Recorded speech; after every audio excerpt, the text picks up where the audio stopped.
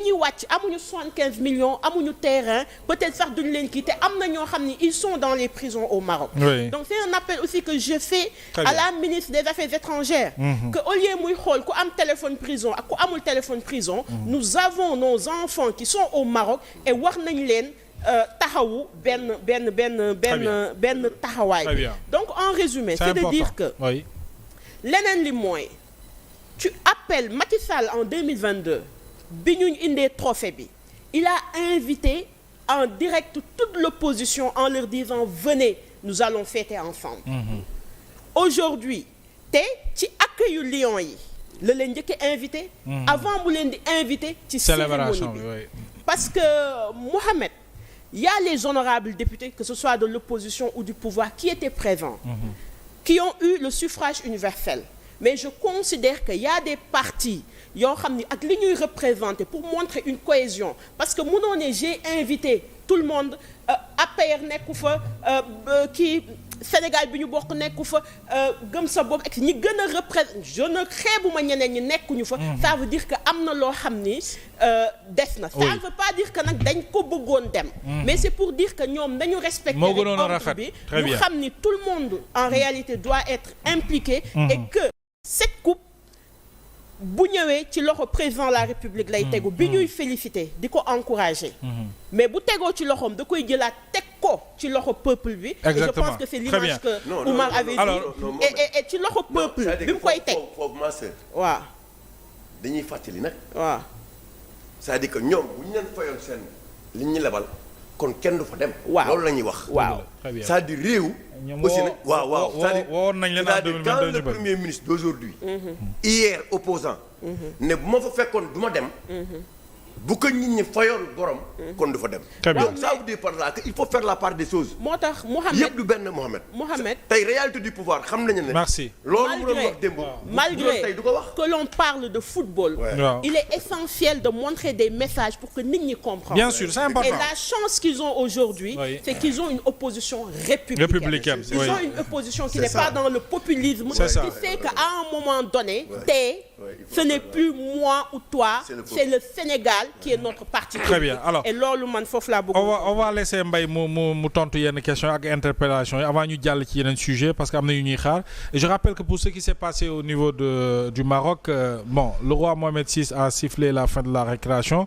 il dit rien ne peut altérer la proximité cultivée entre nos deux pays donc ça c'est des déclarations yi nga xam ne mën na apaiser et je pense que ñañu dàqoon Maroc ci seen bërëbu liggéeykaay gars yi garaawul nañ leen jëlaat rek Mbaye ci question yeeg interpellation yi waaw ak sunu xale yi quoi par exemple li Aliou wax ne j'en ai tellement entendu waaw Aliou posé ko sa question par rapport ak prime yi non prime yi quoi parce que xam nga Macky Sall defoon na ko waaw surtout ci wàllum suuf yi xaw ma ne xaalis bi joxoon nañ leen ko wala déet Bassirou Diomaye Faye c'est comme ku ubbi boutique léegi nii rek xam nga ñoo xam dañuy ubbi boutique muy commencer di dox rek ñu xalaat ni dina dox rek le voisin il fait la même chose il crée sa propre boutique j'ai comme l'impression que ni mbir yi toujours noonu lay demee te man pour man Bassirou Diomaye Faye malgré que je le félicite parce que gis nga mi ngi wane ni réconciliation quand même mi ngi jéem a réconcilier réew mi par rapport ak justement cet exemple là de la Coupe d'Afrique mais wax dëgg yàlla man pour man nga wax ma ci la nga ci xalaat xaalis boobu joueurs yi quand même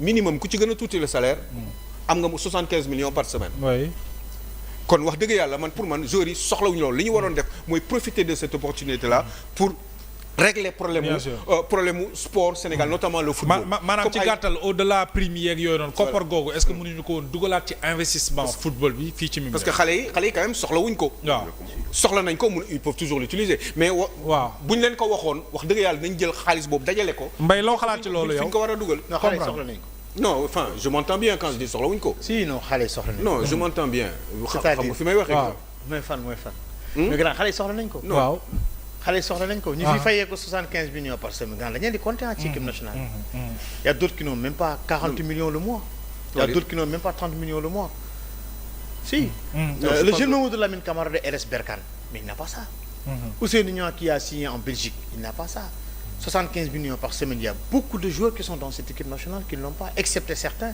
on ne va pas me dire Sadio Mané Nicolas Jackson Edouard Mendy Kalidou Koulibaly bon après le reste. Entre autres, Ismaël Sarr et autres.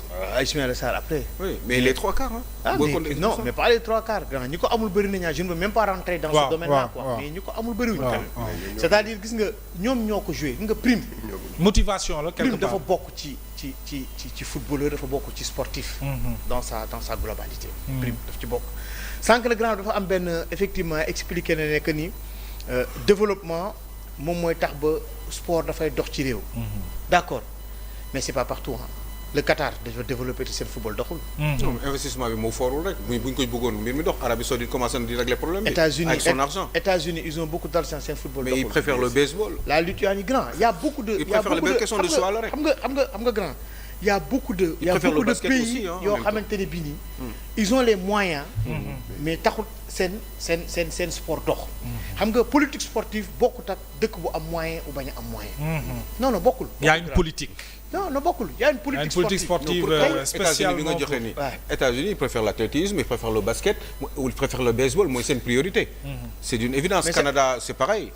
moo tax il parle de politique comme li fi may waxee rek mooy li ñu mën ñun li nga xam ne mën nañ ci développer. football bi am nañ ci xam-xam. am na luñ ci mën am nañ ci histoire. ñu jéem a profiter ci loolu. pour développer notre économie. Allez-y Mbaye. c'est tout ce que j'ai demandé en fait. sans être sûr bien évidemment. d'accord. pardon d'accord alors maintenant man sama question xaaral sama question mooy. beneen bi mooy parce que il faut que ñu avancer football bi bu ñu doon mais c'est tellement important li dama bëgg a xam. alors j'ai envie de savoir dañu jël coupe d'Afrique. waaw dañu jël coupe d'Afrique mais bon on a wax nañ ci pratiquement 1h30 mais Mbaye li ma bëgg a wax mooy certains de nos cadres.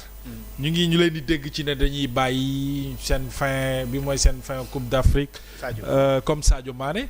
Sadio nag moom yéen Mbaye yaa Bakary yéen a gën a jege Sadio est-ce que aujourd'hui doo leen wax ak moom nag parce que aujourd'hui quand même Sadio c'est vrai que ne gagné na lu nekk mais est-ce que aujourd'hui war na mën a bàyyi équipe nationale.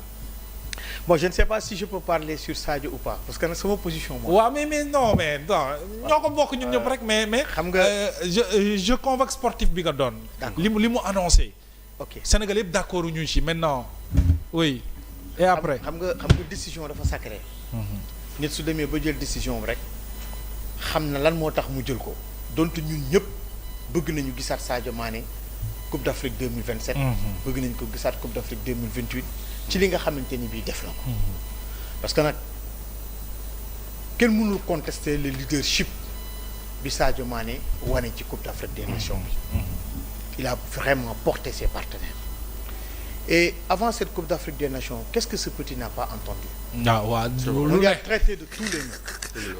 et ça ne date pas d'aujourd'hui. Sénégal. peut-être les gens dañuy def ay critiques mais c'est plutôt des critiques subjectives. c'est ça. c'est plutôt des critiques subjectives. Il a trop encaissé Sadio. c'est ça. Et comment ce jeune aime ce pays. Wallahi. C'est un vrai patriote Sadio Mané. oui. Je vais vous raconter une petite histoire. boobu c'était la double confrontation Sénégal Serbie ak Sénégal Ouzbékistan on l'a joué Ouzbékistan bi ñu ngi ko joué au Maroc Serbie bi ñu ngi ko joué à Havre Stade Océane. Bon on avait fait le déplacement dem fële def contre